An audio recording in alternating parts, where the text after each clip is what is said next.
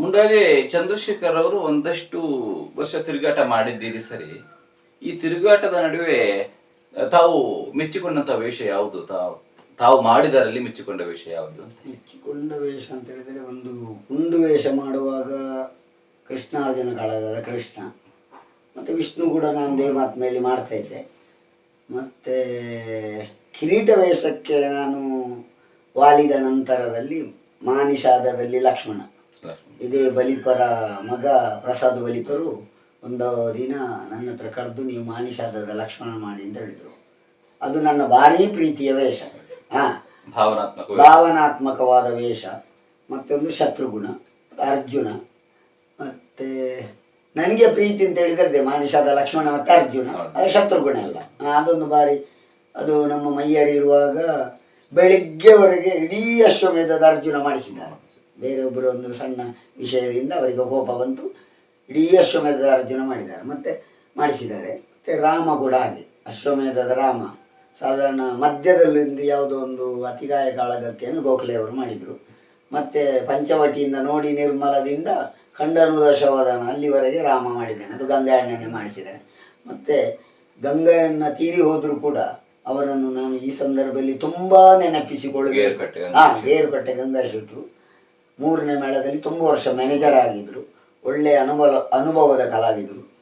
ನನಗೆ ಏನೂ ಕಟೀಲು ಮೇಳದ ಒಂದು ಚೂರು ಅನುಭವ ಇಲ್ಲದೆ, ಕಲಾವಿದರ ಒಡನಾಟ ಇಲ್ಲದೆ ಇರುವಂಥ ಸಂದರ್ಭದಲ್ಲಿ ನನ್ನನ್ನು ಎತ್ತಿ, ನೀನು ತುಂಬ ಒಳ್ಳೆ ಮಾತಾಡ್ತಿ ಮಾರೆ, ಅದರಿಂದ ನಿನಗೊಂದು ವೇಷ ಮಾಡ್ಬೋದು, ಇಂಥದ್ದೆಲ್ಲ ಮಾಡು ಅಂತೇಳಿ ತುಂಬ ವೇಷವನ್ನು ನನ್ನ ಹತ್ರ ಮಾಡಿಸಿದ್ದಾರೆ. ಒಂದು ಉದಾಹರಣೆಗೆ ಮಧುಗೈಟಬರಿ ಇರ್ಬೋದು, ಮತ್ತು ಅದೇ ಅಶ್ವಮೇಧದ ಕೆಲವು ವೇಷಗಳಿರ್ಬೋದು, ಮತ್ತು ಮಾನಿಷಾದ ಲಕ್ಷ್ಮಣ ಇರ್ಬೋದು, ಮತ್ತು ಅದೇ ಪರಶುರಾಮ, ಭೀಷ್ಮ ಪರಶುರಾಮ, ಮತ್ತು ಕೆಲವು ವೇಷ ಎಲ್ಲ ನನ್ನ ಹತ್ರ ಮಾಡಿಸಿದ್ದಾರೆ. ಆದ ಕಾರಣ ನನಗೆ ಸಂಬಳ ಕೂಡ ಹಾಗೆ ಪ್ರಾರಂಭದ ವರ್ಷದಲ್ಲಿ 37,000 ರೂಪಾಯಿ ಇತ್ತು ಕಟೀಲು ಮೇಳದಲ್ಲಿ. ನೆಕ್ಸ್ಟ್ ವರ್ಷವೇ 20,000 ಯಜಮಾನರು ಹೆಚ್ಚು ಮಾಡಿದ್ದಾರೆ, ಅದಕ್ಕೆ ಗಂಗಾಯಣ್ಣನೇ ಕಾರಣ.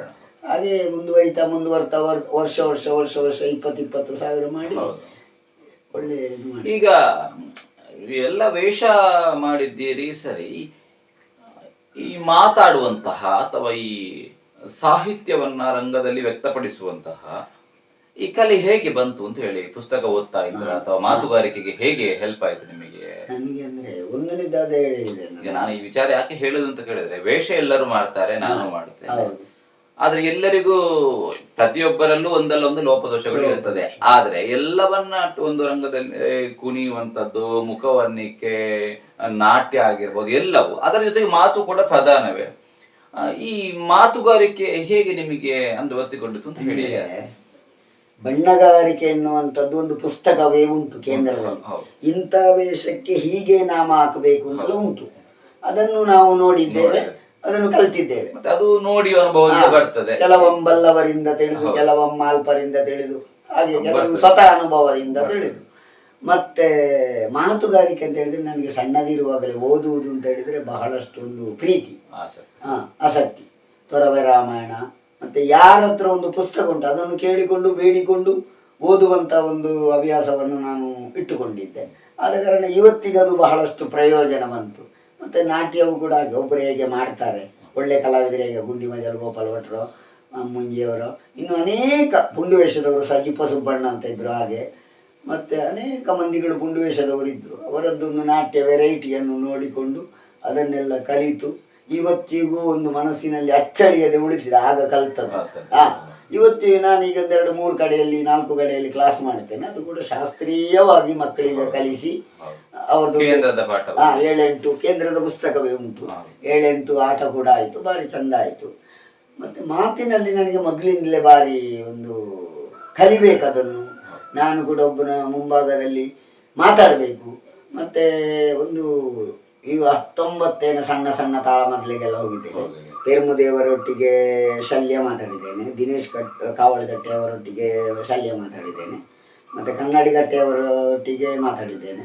ಮತ್ತು ಮೊನ್ನೆ ಇತ್ತೀಚೆಗೆ ಕಳೆದ ವರ್ಷ ಒಂದು ಕಂಡೇವಿನಲ್ಲಿ ಕೋಟಿ ಚೆನ್ನಯದಲ್ಲಿ ನಂದು ಚೆನ್ನಯ್ಯ, ಪೆರ್ಮುದೇವರದ್ದು ಕೋಟಿ, ಕನ್ನಡಿಗಟ್ಟೆಯವರದ್ದು ಪೆರ್ಮಳ, ಮತ್ತು ಅಲೆವುರಾಯರದ್ದು ಕಿನ್ನಿದಾರು. ಹಾಗೆ ತಾಳಮದ್ದಲೆಯಲ್ಲಿ ಕೂಡ ನನಗೊಂದು ಮಾತಾಡುವಂತಹ ಒಂದು ಬಾರಿ ಆಸೆ, ಮಾತಾಡಬೇಕು, ನಾನೊಂದು 4 ಜನರಿಗೆ ಮಾತಾಡುವ ಒಬ್ಬ ಕಲಾವಿದ ಅಂತ ಗೊತ್ತಾಗಬೇಕು. ಮತ್ತು ಈಗ ಕಟೀಲು ಮೇಳದಲ್ಲಿ ಎಲ್ಲರಿಗೆ ಗೊತ್ತುಂಟು ಚಂದ್ರ ಏನು, ಚಂದ್ರ ಎಷ್ಟು ಮಾತಾಡ್ತಾನೆ ಅಂತ ಯಜಮಾನರಿಗೆ ಗೊತ್ತುಂಟು, ಕಲಾವಿದರಿಗೂ ಗೊತ್ತುಂಟು. ಮತ್ತು ನಾವು ಒಂಚೂರು ಮಾತಾಡುವಾಗ ಅಂತ ಹೇಳಿದರೆ ಯಾರಾದರೂ ಮಾತಾಡಿದ್ರೆ ನಾವು ಟಪ್ಪ ಅದಕ್ಕೆ ಉತ್ತರ ಕೊಡುವ, ಪ್ರತಿಕ್ರಿಯೆ. ಅದು ಕೂಡ ಹೊರಗೆ ಕೂಡ ಮಾತಾಡುವಾಗ ನಾವು ಇಟ್ಟುಕೊಳ್ಳುವ ಸ್ವಭಾವ ಇಲ್ಲ, ಟಪ್ಪ ಉತ್ತರ ಕೊಡುವಂಥದ್ದು. ಇಷ್ಟೆಲ್ಲ ಅನೇಕ ವರ್ಷದ ತಿರುಗಾಟ ಆದ್ರೂ ಕೂಡ ಮುಂಡಾಜಿ ಚಂದ್ರಶೇಖರ್ ಅವರು ಯಾಕೆ ಪ್ರಚಾರಕ್ಕೆ ಬರಲಿಲ್ಲ? ಅದಕ್ಕೆ ನನಗೆ ಉತ್ತರ ಇಲ್ಲ. ಯಾಕಂತ ಹೇಳಿದರೆ ಅದಕ್ಕೆ ಕಲಾವಿದರ ನಾನು ಓಪನ್ ಆಗಿ ಹೇಳ್ತೇನೆ, ಪ್ರಾಮಾಣಿಕವಾಗಿ ಹೇಳ್ತೇನೆ, ಕಲಾವಿದರ ರಾಜಕೀಯ ಇಲ್ಲ ಅಂತ ಹೇಳಿದರೆ ನಾನು ಮಧುಗೈಟಬರು ಮಾಡುತ್ತಿರುವಾಗ ಇವತ್ತಿಗೂ ಅದುವೇ ಮುಂದುವರಿಯಿತು ಅಂತಾದರೆ ನಾನು ಬಾಯಾರು ಮೋಹನಣ್ಣನ ಸೀಟಿನಲ್ಲಿಯೋ ಇಲ್ಲದಿದ್ದರೆ ನಿಮ್ಮ ಇವರು ಶರ್ಮಣ್ಣನ ಎದುರುಗಡೆಯಲ್ಲಿ ಮಾತ್ರ ಒಂದು ಪ್ರಸಂಗದ ಮುಖ್ಯ ವೇಷ ಹಿರಣ್ಯಾಕ್ಷನ ಇಂದ್ರಜಿತು ಅಂಥದ್ದನ್ನು ಮಾಡುವಲ್ಲಿವರೆಗೆ ನಾನಿದ್ದೆ. ಸಣ್ಣ ರಾಜಕೀಯದಲ್ಲಿ ಕೆಲವರು ವೇಷ ತೆಗೆಸಿ ಮತ್ತು ವೇಷ ಇದು ಮಾಡಿ ವೇಷ ಹಾಕಲಿಕ್ಕೆ ಬಿಡದೆ ಎಲ್ಲ ರಾಜಕೀಯ ಮಾಡಿದರು. ಆದರೂ ಒಂದು ತೃಪ್ತಿ ಉಂಟು, ಕಟೀಲು ಮೇಳದಲ್ಲಿ ನಾನು ಇದ್ದೇನಲ್ಲ ಅಂತ. ರಾಜಕೀಯ ಎಲ್ಲ ಒಂದು ಕಡೆ ನಿಮ್ಮ ದೈಹಿಕ ಸಾಮರ್ಥ್ಯ ಹಾಗೆ ರೂಪ ನಿಮ್ಮ ವೇಷಕ್ಕೆ ತೊಡಕಾಯ್ತಾ ಅಂತ ಹೇಳಿ. ಸ್ವಲ್ಪ ಶರೀರ ಅಂದರೆ ದೇವರೆಲ್ಲ ಕೊಟ್ಟಿದ್ದಾನೆ, ಶರೀರ ಒಂದು ಕೊಡಲಿಲ್ಲ ನಮಗೆ. ಅಂದರೆ ಸ್ವಲ್ಪ ಅಂತ ಹೇಳಿದರೆ ನನ್ನದ ಬಹಳ ಒಂದು 15-18 ವರ್ಷದ ಮೊದಲು ಅನಾರೋಗ್ಯದ ಸಮಸ್ಯೆಯಿಂದಲೇ ನನಗೆ ಶರೀರ ಸ್ವಲ್ಪ ಇಳಿಕಾಗಲಿಲ್ಲ. ಅಂದರೆ ಸ್ವಲ್ಪ ದಪ್ಪ ಇದ್ದೆ, ಶ್ರೀವೇಷ ಮಾಡ್ತಾಯಿದ್ದೆ. ಒಂದು ದಿವಸ ಕೋಳಿಯೂರವರು ತಾಳಮದ್ಲೆಗೆ ಹೋಗಿದ್ದರು. ಅವರು ಬರುವಾಗ ತಡ ಆಯಿತು. ದಕ್ಷದ್ವರ ಪ್ರಸಂಗ, ದಾಕ್ಷಾಯಿಣಿ ಮಾಡಲಿಕ್ಕೆ ಜನ ಇಲ್ಲ. ಮುಖ್ಯ ಶ್ರೀವೇಷ ಬಂದು ಅರ್ಧದವರೆಗೆ ದಾಕ್ಷಾಯಿಣಿ ಕೂಡ ನಾನು ಅವರು ಬರೆದು ಕೊಟ್ಟದ್ದನ್ನು ನಾನು ಮಾಡಿದ್ದೇನೆ. ಆಗ ಶ್ರೀವೇಷ ಚಂದ ಇತ್ತು. ಈಗ ರಾಮಕುಂಜದ ಒಬ್ಬ ಗಣೇಶ ಅಂತ ಇದ್ದಾನೆ, ಅವ ಈಗ ಬಾಂಬೆಯಲ್ಲಿದ್ದಾನೆ. ಅವನು ನಾವೆಲ್ಲ ಒಟ್ಟಿಗೆ ಅವನ ಆಗಿದ್ದೆ ನಾನು. ವೇಷ ಚಂದ ಇತ್ತು ಶ್ರೀವೇಷ. ಹಾಗೆ ಮತ್ತೆ ಅದು ಅಂತ ಹೇಳಿದರೆ ಅದೇ ಆರೋಗ್ಯದ ಬಗ್ಗೆ ತುಂಬ ಶರೀರ ವೀಕ್ ಆಯಿತು. ನಾನು ಎಲ್ಲಿವರೆಗೆ ಅಂತ ಹೇಳಿದರೆ ಸಾಯುವಲ್ಲಿವರೆಗೆ ಮುಟ್ಟಿತ್ತು. ಮತ್ತು ಏನೋ ಒಂದು ಆಸ್ಪತ್ರೆಗೆಲ್ಲ ಸೇರಿಸಿದರು ನನ್ನನ್ನು. ನನಗೆ ಆಯುಷ್ಯ ಇತ್ತು, ನಾನು ಬದುಕಿದೆ. ಆನಂತರ ನನ್ನ ಇಡೀ ವೇಷ ಕಾಣಬೇಕು ಅಂತಾದರೆ ಸ್ವಲ್ಪ ಶರೀರ ಬೇಕು. ಈಗ ಯಕ್ಷಗಾನದಲ್ಲಿ ಒಬ್ಬ ಕಲಾವಿದ ಕಾಣಬೇಕು ಅಂತಾದರೆ ಒಂದು ಶರೀರ ಬೇಕು, ಮತ್ತೊಂದು ಹೊಟ್ಟೆ ಬೇಕು. ನಮಗೆ ಅದು ಎರಡೂ ಇಲ್ಲ. ಆದ ಕಾರಣ ಮತ್ತು ನಾವೊಂಚೂರು ಮಾತಾಡುವಾಗ ಎದುರುಲಯದಲ್ಲಿ ಮಾತಾಡುವಾಗ, ಆದ ಕಾರಣ ಕಲಾವಿದರಿಗೆ ಸ್ವಲ್ಪ ಅದು ರಾಜಕೀಯ ಅನ್ನುವಂಥದ್ದು ಮೇಳದಲ್ಲಿ ಉಂಟಲ್ಲ, ಅದು ಮೂಲ ಅಂತ ಹೇಳಿದರೆ ರಾಜಕೀಯದ ಒಂದು ಮೂಲ ಇದುವೇ ಮೇಳವೇ. ಪ್ರತಿ ಕ್ಷೇತ್ರ ಒಂದು ಒಂದೊಂದು ರಾಜಕೀಯ ಅದರಲ್ಲಿ ಯಕ್ಷಗಾನ ಒಂದು. ಮುಂಡಾಜೆ ಚಂದ್ರಶೇಖರ್ ಅವರು ಮೆಚ್ಚಿಕೊಂಡಂತ ವೇಷಧಾರಿಗಳು ಯಾರು? ಎಷ್ಟು ವರ್ಷ ಸರ್ವಿಸಿಗೆ ನಿಮ್ಮದು ಯಕ್ಷಗಾನ ತಿರುಗಾಟದಲ್ಲಿ? ಒಂದು 30 ವರ್ಷ ಜಾಸ್ತಿ ಆಯ್ತು. 30 ವರ್ಷದ ಅಂದರೆ ಹೌದು, 30 ವರ್ಷ, 28 ವರ್ಷ ಆಯಿತು. ಅದರಲ್ಲಿ ತೊಂದರೆ ಇಲ್ಲ. ಮೊದಲು ಭಾರೀ ಚಂದದ ವೇಷ, ಒಳ್ಳೆ ವೇಷ ಅಂತ ಹೇಳಿದರೆ ಇದ್ದದ್ದು ಜೋಸಫ್ ಡಿಸೋಜ. ಒಂದು ವೇಷ, ಶ್ರೀವೇಷ, ಯಾವ ವೇಷವದು ನನಗೆ ಅದು ಭಾರಿ ಪ್ರೀತಿ. ಮತ್ತು ನನ್ನ ಒಡನಾಡಿಗಳಲ್ಲಿ ಮೆಚ್ಚಿಕೊಂಡದ್ದು ಅಂತ ಹೇಳಿದರೆ ಸಬ್ಬನಕೋಡಿ ರಾಮಭಟ್ರು. ನಾನು ಜಮದಗ್ನಿ ಮಾಡಿದರೆ ಅವರು ಪರಶುರಾಮ ಮಾಡ್ತಾಯಿದ್ರು, ನಾನು ಆವಾಗ ಪುಂಡು ವೇಷ ಮಾಡ್ತಾಯಿದ್ದೆ. ಅವರು ಜಮದಗ್ನಿ ಮಾಡಿದರೆ ನಾನು ಪರಶುರಾಮ ಮಾಡ್ತಾಯಿದ್ದೆ. ಭಾರಿ ಚಂದದ ವೇಷ, ಅಚ್ಚುಕಟ್ಟು ವೇಷ. ಅದು ಬಿಟ್ಟರೆ ಪುಂಡು ವೇಷ ಸಜಿಪ ಸುಬ್ಬಣ್ಣ ಅಂತದ್ದು. ಈಗ ಕಟೀಲು ಮೇಳದಲ್ಲಿ ನಾನು ಮೆಚ್ಚಿಕೊಂಡದ್ದು ಅಂತ ಹೇಳಿದರೆ ನಮ್ಮ ಮುಂಡಾಜೆ ರವಿಯ ವೇಷ ಒಳ್ಳೆ ಉಂಟು. ಭಾರಿ ಲೆಕ್ಕಾಚಾರದಲ್ಲಿ ಭಾರಿ ಚಂದದ ವೇಷ ಪುಂಡು ವೇಷದಲ್ಲಿ. ಮತ್ತು ಶರ್ಮಣ್ಣ ಕೂಡ ಹಾಗೆ. ಶರ್ಮಣ್ಣ ನಾವು ತಾಳಮದ್ಲೆ, ಸಣ್ಣ ತಾಳಮದ್ಲೆಯಲ್ಲಿ ಬಳ್ಳಾಂಗಿಯವರ ಮನೆಯ ಒಕ್ಕಳಿನ ಗೃಹ ಪ್ರವೇಶದ ಹೊತ್ತು ತಾಳಮದ್ಲೆಯನ್ನು ನಾವು ಒಟ್ಟಿಗೆ ಮಾತಾಡ್ತೇವೆ. ಮತ್ತು ಶರ್ಮಣ್ಣಂದು ಒಳ್ಳೆ ಉಂಟು. ಮತ್ತು ವಾದಿ ಅಣ್ಣಂದು ಕೂಡ ಚಂದ ಉಂಟು. ನಾಟ್ಯ ಒಂದು ಇಲ್ಲ ಅಂತ ಹೇಳಿದರೆ ಮತ್ತು ಬಾಕಿದ್ದೆಲ್ಲ ಚಂದ ಉಂಟು, ಮೆಚ್ಚಿಕೊಂಡಿದ್ದು ರೂಪ ಉಂಟು.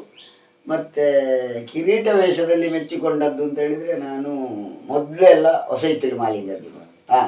ಅದು ಬಿಟ್ಟರೆ ಬೆಳ್ಳಾರೆ ಮಂಜುನಾಥ ಭಟ್ರು ಒಳ್ಳೆ ಅನುಭವದ ಕಲಾವಿದರು, ಒಳ್ಳೆ ವೇಷ. ಮತ್ತು ಪ್ರಸ್ತುತ ಕಟೀಲು ಮೇಳದಲ್ಲಿ ಈಗ ಅಂತ ಹೇಳಿದರೆ 2-3 ಜನ ಇದ್ದಾರೆ ಕಿರೀಟ ವೇಷಧಾರಿಗಳು. ಹೌದು, ನಾರಾಯಣ್ ಗುಲಾಲ್ ಇದ್ದಾರೆ, ಮತ್ತು ಅಮ್ಮುಂಜಿಯವರಿದ್ದಾರೆ. ಮತ್ತು ನಮ್ಮ ಮೇಳದಲ್ಲಿ ಕೊಕ್ಕಡ ಜನ್ಮನಂದು ಭಾರಿ ಚಂದದ ವೇಷ, ಲೆಕ್ಕಾಚಾರದ ಮಾತು, ಆಲಂಗನ ಉಂಟು, ರೂಪ ಉಂಟು. ಮತ್ತು ಬಾಯಾರ್ ಮೋಹನಣ್ಣ ಕೂಡ ಅವ್ರದ್ದು ಭಾರಿ ಒಂದು ಗೌರವದ ವೇಷ. ಅವ್ರದ್ದು ಕೂಡ ಭಾರಿ ಪ್ರಸಂಗಕ್ಕೆ ಎಷ್ಟು ಬೇಕೋ ಅಷ್ಟನ್ನು ಅವರು ತೋರ್ಪಡಿಸಿ ಅಷ್ಟು ಚಂದದಲ್ಲಿ ಮುಗಿಸಿ ಬರ್ತಾರೆ. ತಾಳಮದ್ದಲೆ ಕ್ಷೇತ್ರದಲ್ಲಿ ಯಾರನ್ನ ಮೆಚ್ಚಿಕೊಂಡಿದ್ದೀರಿ ನೀವು? ನಾನು ಮೆಚ್ಚಿಕೊಂಡದ್ದು ಅಂತ ಹೇಳಿದರೆ ಕನ್ನಡಿಗಟ್ಟೆ ಗಣೇಶನ. ಸಣ್ಣ ಪ್ರಾಯದಲ್ಲಿ ಅವರಲ್ಲಿ ಇರುವಂತಹ ವಿದ್ವತ್ತು ನೋಡಿದರೆ, ವಿದ್ಯೆ ನೋಡಿದರೆ, ಅದಕ್ಕೆ ನಾವು ನಿಜವಾಗಲೂ ಅವರನ್ನು ಕಾಣುವಾಗ ನಾವು ನಮ್ಮ ಕೈ ಮುಗಿದು ನಮಸ್ಕಾರ ಮಾಡುವುದು. ಯಾಕಂತ ಹೇಳಿದ್ರೆ ಅವರ ವಿದ್ಯೆಗೆ ಒಳ್ಳೆಯ ಅವರ ಸಂದರ್ಶನ ಕೂಡ ಬರ್ತದೆ ಮಾಡ್ಲಿಕ್ಕಿದೆ ಮುಂದಿನ ದಿನಗಳಲ್ಲಿ, ಬಿಸಿ ಇರೋದ್ರಿಂದ ಒಳ್ಳೆಯದು. ಒಳ್ಳೆಯ ಅಧ್ಯಯನ ಇರತ್ತ ಕಲಾವಿದ ಅಂತ ಹೇಳಿ. ತುಂಬಾ. ಅದು ಬಿಟ್ರೆ ನಾನೀಗ ಪೆರ್ಮುದೇವರೊಟ್ಟಿಗೆ ವೇಷವು ಮಾಡಿದ್ದೇನೆ, ಕೊಲ್ಲಂಗಾನ ಮೇಳದಲ್ಲಿ ಇರುವಾಗ ವೇಷವು ಮಾಡಿದ್ದೇನೆ, ಕೃಷ್ಣಾರ್ಜುನದ ಕೃಷ್ಣ ಮಾಡಿದ್ದೇನೆ, ಅವರದ್ದು ಅರ್ಜುನ. ಮತ್ತೆ ದಿನೇಶ್ ಶೆಟ್ರು ಕಾವಲಗಟ್ಟೆ ಕೂಡ ಹಾಗೆ. ಸಾಧಾರಣ ಕನ್ನಡಿಗಟ್ಟೆ ಅವರೊಂದು 4, 5, 7, 8 ವರ್ಷಕ್ಕೆ ವ್ಯತ್ಯಾಸ ಇರ್ಬೋದು. ದಿನೇಶ್ ಶೆಟ್ರು ಕೂಡ ಭಾರಿ ಸಂಗ್ರಹಗಾರರು, ಒಳ್ಳೆಯ ಅರ್ಥದಲ್ಲಿ. ತಾಳಮದ್ದಲೆಯಲ್ಲಿ ಪೆರ್ಮುದೇವರು, ದಿನೇಶನ್ನ, ಕನ್ನಡಿಗಟ್ಟೆ, ಮತ್ತೆ ಬಿಟ್ಟರೆ ಅಶೋಕ್ ಭಟ್ರು ಸ್ವಲ್ಪ ಭಾರಿ ಸಂಗ್ರಹಗಾರ, ಒಳ್ಳೆ ಮಾತಾಡ್ತಾರೆ, ಮಾತು ಉಂಟು, ಒಳ್ಳೆಯದು ಉಂಟು. ಓಕೆ, ಇದಿಷ್ಟು. ಇನ್ನು ನಾನು ಕೇಳುವುದೇನು ಅಂತ ಹೇಳಿದ್ರೆ, ನೀವೊಂದು ಹಿರಿಯ ಕಲಾವಿದರಾಗಿ ಯಕ್ಷಗಾನಕ್ಕೆ ಪ್ರವೇಶವನ್ನು ಮಾಡುವಂತಹ ಕಿರಿಯ ಕಲಾವಿದರುಗಳಿಗೆ ಅಥವಾ ಯಕ್ಷಗಾನ ಕ್ಷೇತ್ರದಲ್ಲಿ ಮುಂದುವರಿಬೇಕು ಅಂತ ಹೇಳಿ ಇರುವಂತವರಿಗೆ ಏನು ಒಂದು ನೀವು ಅವರಿಗೆ ಒಂದು ನೀವು ಸಂದೇಶವನ್ನು ಕೊಡುವುದಕ್ಕೆ ಇದ್ದೀರಿ? ಸರಿ, ಅದು ಒಳ್ಳೆ ಪ್ರಶ್ನೆ. ಯಾಕಂತ ಹೇಳಿದ್ರೆ ಈಗಿನ ಮಕ್ಕಳಿಗೆ, ಈಗಿನ ಜನ್ರೇಷನ್ಗೆ, ಅದೇ ನಾನು ಮೊದಲೇ ಹೇಳಿದ ಹಾಗೆ, ಕಲಾವಿದರಿಗೆ, ಹುಡುಗರಿಗೆ ಕಲಿಯುವಂಥದ್ದೊಂದು ವ್ಯವಧಾನ ಇಲ್ಲ, ಓದುವಂಥ ವ್ಯವಧಾನ ಇಲ್ಲ. ಅವತ್ತಿನ ಪ್ರಸಂಗಕ್ಕೆಷ್ಟು ನಮ್ಮಲ್ಲಿ ಈಗ ಒಳಕುಂಜರದವರ ಹತ್ರ ಕೇಳಿಕೊಂಡ್ರೆ ಅವ್ರು ಹೇಳ್ತಾರೆ, ಅದನ್ನಲ್ಲಿ ಹೋಗಿ ಹೇಳಿದ್ರು. ನಾವು ಎದುರು ಏನಾದರೂ ಮಾತಾಡಿ ಪ್ರಶ್ನೆ ಕೇಳಿದರೆ ಅವರಿಗೆ ಕೊಡ್ಲಿಕ್ಕೆ ಉತ್ತರ ಇಲ್ಲ, ಆಗುದಿಲ್ಲ. ಮತ್ತೇನು ಅಂತ ಹೇಳಿದ್ರೆ ತುಂಬ ಜೋರು ಮಾಡಲಿಕ್ಕೆ ನಮಗೆ ಹೆದರಿಕೆ ಆಗ್ತದೆ. ಅವರು ಬಿಟ್ಟು ಹೋದರೆ ನಾವೇ ಮುಖ್ಯ ವೇಷ ಮಾಡಬೇಕಾಗುತ್ತದೆ, ನಿತ್ಯ ವೇಷ ಮಾಡಬೇಕಾಗುತ್ತದೆ ಒಂದು. ಮತ್ತು ದಯವಿಟ್ಟು ನಾನು ಕಲಾವಿದರಿಗೆ, ಈಗಿನ ಹೊಸ ಕಲಾವಿದರಿಗೆ ಏನು ಹೇಳುದು ಅಂತ ಹೇಳಿದರೆ, ನೀವು ಓದಬೇಕು, ಮತ್ತು ಒಳ್ಳೆ ಕಲಾವಿದರ ಒಡನಾಟ ಮಾಡಿದರೆ ಅವರು ಏನು ಮಾತಾಡ್ತಾರೆ, ಮತ್ತು ಒಂದು ಪುಸ್ತಕ, ಒಂದು 100 ಪುಟದ 200 ಪುಟದ ಪುಸ್ತಕ ಮಾಡಿಕೊಂಡು ಅದರಲ್ಲಿ ನಮಗೆ ದಿನ ಆಗುವಂಥದ್ದು ಯಾವುದು ಪಾತ್ರ ಉಂಟು ಅದನ್ನೆಲ್ಲ ಬರೆದುಕೊಂಡ್ರೆ ನಿಮ್ಮ ಭವಿಷ್ಯತ್ತಿಗೆ ಅದು ಉಪಯೋಗ ಆಗುತ್ತದೆ, ಪ್ರಯೋಜನ ಆಗುತ್ತದೆ. ಮತ್ತು ಹಾಗೆ ಮಾಡಿದವರು, ನನ್ನೊಟ್ಟಿಗೆ ತಿರುಗಾಟ ಮಾಡಿದವರು, ಲಕ್ಷ್ಮಣರಾವ್, ಇನ್ನು ಉಳಿದವರು ಅನೇಕ ಮಂದಿಗಳನ್ನು ನಾನು ನೋಡಿದ್ದೇನೆ. ಒಂದು 200 ಪುಟದ ಪುಸ್ತಕ ಅವರು ಮಾಡಿದ ಎಲ್ಲ ವೇಷವನ್ನು ಬರೆದುಕೊಂಡು, ಈಗ ಒಂದು ಪ್ರಸಂಗ ಬಂತು ಅಂತಾದರೆ ಅದೇ ವೇಷ, ಅದನ್ನು ತೆಗೆದು ಓದಿದ್ದು, ಮತ್ತೊಬ್ಬರ ಹತ್ರ ಕೇಳಬೇಕು ಅಂತಿಲ್ಲ. ಅಂಥ ಒಂದು ರೂಢಿಯನ್ನು ನಾವು ಸಣ್ಣ ಪ್ರಾಯದಲ್ಲಿ ನಾವು ಇಟ್ಟುಕೊಂಡೇವು ಅಂತಾದರೆ ಖಂಡಿತವಾಗಿಯೂ ಕಲಾವಿದನಾಗುವ ಸಣ್ಣ ಪ್ರಾಯದವರು ಬೆಳೆಯುವುದಕ್ಕೆ ಒಂದು ಮಾಧ್ಯಮ ಆಗುತ್ತದೆ. ಒಂದು. ಎರಡನೇದ್ದು ಅಂತ ಹೇಳಿದರೆ, ನಾವು ಹಿರಿಯರಿಗೊಂದು ಗೌರವ ಕೊಡುವುದನ್ನು ಕಲಿಬೇಕು. ನಮ್ಮ ಜೀವಮಾನದಲ್ಲಿ ನಾವು ಒಳ್ಳೆ ಕಲಾವಿದರೆ, ಸುಣ್ಣಂಬಳದವರಂಥವರು, ಮತ್ತು ಗಂಗಾ ಶೆಟ್ಟರಂಥವರು, ಮತ್ತು ಇನ್ನು ಉಳಿದ ದೊಡ್ಡ ಕಲಾವಿದರೆ ಏನಾದರೂ ಜೋರು ಮಾಡಿ ಮಾತಾಡಿದರೆ ನಾವು ಉಸಿರೆತ್ತಲಿಕ್ಕಿಲ್ಲ. ಯಾಕಂತ ಹೇಳಿದರೆ ಅದು ನಮ್ಮ ತಪ್ಪನ್ನು ತಿದ್ದುವುದಕ್ಕೆ ಬೈಯುವುದು, ಅವು ಉದ್ದೇಶಪೂರ್ವಕವಾಗಿ ಬೈಯುವುದಲ್ಲ. ಕೋಳಿಯೂರಿನವರು ಹೊಡಿತಾ ಇದ್ರು, ಆದರೂ ಕೂಡ ನುಂಗಿಕೊಂಡು, ಕಣ್ಣೀರಿಳಿಸಿ ನುಂಗಿಕೊಂಡು ನಾವು ಅದನ್ನು ವೇಷ ಮಾಡಿದ್ದೇವೆ. ಇವತ್ತಿಗೆ ಅದೊಂದು ಪ್ರಯೋಜನ ಆಗಿದೆ. ಯಾವ ವೇಷ ಮಾಡಿ ಕೊಟ್ಟರೂ ಕೂಡ ಅದನ್ನು ನಿಭಾಯಿಸುವಂಥ ಒಂದು ಚಮತ್ಕಾರ ಸಾಮರ್ಥ್ಯ ನಮ್ಮಲ್ಲಿ ಉಂಟು. ಆದ ಕಾರಣ ಇನ್ನು ಮುಂದಿನ ಕಲಾವಿದರಿಗೆ, ಹುಡುಗರಿಗೆ ನಾನು ಹೇಳೋದೊಂದು, ನೀವು ಓದಿ, ತುಂಬ ಅಧ್ಯಯನ ಮಾಡಿ. ಓದಿದ್ದು ಯಾವತ್ತೂ ಕೂಡ ನಮಗೆ ಅದು ಓದಿದ್ದು ಸುಮ್ಮನೆ ವ್ಯರ್ಥ ಅಂತ ಆಗೋದಿಲ್ಲ, ಅದೊಂದು ಪ್ರಯೋಜನಕ್ಕೆ ಬರ್ತದೆ. ಯಕ್ಷಗಾನದಲ್ಲಿ ಕಲಾವಿದನಾಗಿ ಪಳಗಬೇಕು ಅಂತಾದರೆ ಓದಬೇಕು, ಮತ್ತೊಬ್ಬನದ್ದು ರಂಗ ನಡೆಯನ್ನು ಕಲಿಬೇಕು. ಮತ್ತು ಪರಂಪರೆ, ಕಠಿಣ ಮೇಳಕ್ಕೆ ಈಗ ಯಾರ ಹತ್ರ ನೀವು ಹೋಗಿ ಕೇಳಿ, ನೀನು ಯಾವ ಮೇಳದಲ್ಲಿ, ನಾನು ಇಂಥ ಮೇಳದಲ್ಲಿ. ನೀನೊಂದು ಪರಂಪರೆಯನ್ನು ಕಲಿಬೇಕು ಅಂತಾದರೆ ಕಟೀಲು ಮೇಳಕ್ಕೆ ಹೋಗಬೇಕು ಮಾರಾಯ ಅಂತ ಪ್ರತಿಯೊಬ್ಬ ದೊಡ್ಡ ಕಲಾವಿದರು ಹೇಳ್ತಾರೆ. ಆ ಪರಂಪರೆಯನ್ನು ಕಟೀಲು ಮೇಳದಲ್ಲಿಯೂ ಉಳಿಸಬೇಕು, ನಮಗೆ ಅದು ಪ್ರಯೋಜನ ಆಗುವಾಗೆ ನಾವು ಕೂಡ ಉಳಿಸಿಕೊಳ್ಳಬೇಕು. ಆ ನೆಲೆಯಲ್ಲಿ ಕಲಾವಿದರುಗಳು ಯಾರಲ್ಲಿ ಕೂಡ ಉದ್ದಟತನದಲ್ಲಿ ಮಾತಾಡಬಾರ್ದು. ಸಣ್ಣ ಕಲಾವಿದರು ಗೌರವ ಕೊಡುವುದನ್ನು ಕಲಿಬೇಕು. ನೀವು ಒಟ್ಟಾರೆ ಮೆಟ್ಟಿಕೊಂಡು ಹೋಗುದು, ಅವೇನಾದರೂ ಹೇಳಿದರೆ ಹಾಗೆ ಮಾಡಲಿ ಅಂತ ಹೇಳುವಂಥ ಸ್ವಭಾವ ಖಂಡಿತವಾಗಿಯೂ ಬರಬಾರ್ದು. ಯಕ್ಷಗಾನದಲ್ಲಿ ಅದಕ್ಕೆ ಶಿಸ್ತು ಬೇಕು, ಮತ್ತೆ ಅದಕ್ಕೆ ಬಾಳ್ವೆ ಇಲ್ಲ. ನಾವು ಉದ್ದಟತನದಲ್ಲಿ ಮಾತಾಡಿದರೆ ಅದಕ್ಕೆ ಬಾಳ್ವೆ ಇಲ್ಲ. ಕಟೀಲು ಮೇಳದ ದೇವಿ ಏನು ಅಂತ ನಿಮಗೂ ಗೊತ್ತುಂಟು, ನಮಗೂ ಗೊತ್ತುಂಟು. ಆದ ಕಾರಣ ಅವಳ ತಲೆ ಕೆಳಗಾಕಿಯೇ ನಿತ್ರೆ ಮಾತ್ರ ಅವನಿಗೆ ಬಾಳ್ವೆ, ಮತ್ತೆ ಅವನು ಬೆಳಗುವುದಕ್ಕೆ ಅವಳು ಬೆಳಗಿಸ್ತಾಳೆ. 4 ಕಂಬದ ಒಳಗೋದ್ಮೇಲೆ ಏನೂ ಗೊತ್ತಿಲ್ಲದ ಒಬ್ಬ ಕಲಾವಿದನು ಕೂಡ ವೇಷವನ್ನು ಮೇಲೆ ಹಾಕಿ ಒಳ್ಳೆಯದಾಗಿದೆ ಮಾರೆ ಅಂತ 4 ಜನ ಹೇಳುವಾಗೆ ಅವಳು ಮಾಡ್ತಾಳೆ. ನಾವು ಮಾಡುವುದಲ್ಲ, ನಾವು ಮಾತಾಡುವುದು ಅಲ್ಲ, ನಾವು ಮಾಡುವುದು.